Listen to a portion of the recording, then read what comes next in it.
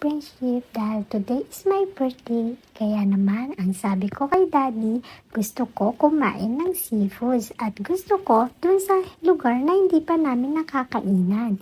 Kaya ito ang kanyang nakikita, ang daddy's shrimp sa Taoyuan.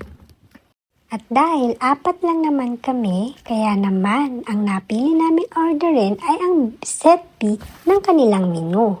At ito ay isang bucket o 1 kilo ng iba't ibang seafoods na may kasamang lobster o 4 na paa ng king crab. At dahil wala pa sa amin nakakakain ng king crab, kaya ito ang aming napili. At saktong-sakto dahil tig-iisa kami. When it comes to price, medyo pricey dito sa Daddy's Shrimp compared sa iba. At sa lasa naman, depende siguro sa sauce na ma-order nyo. Ang in-order kasi namin is buttered garlic, which is nakulangan ako sa alat.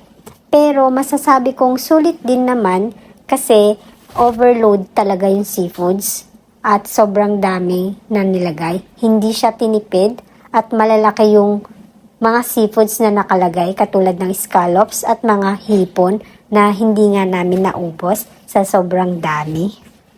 In-upgrade namin yung aming order. Nag-add lang kami ng few hundreds. Kaya nagkaroon kami ng 4 na drinks at pwede kang mamili ng 2 side dish.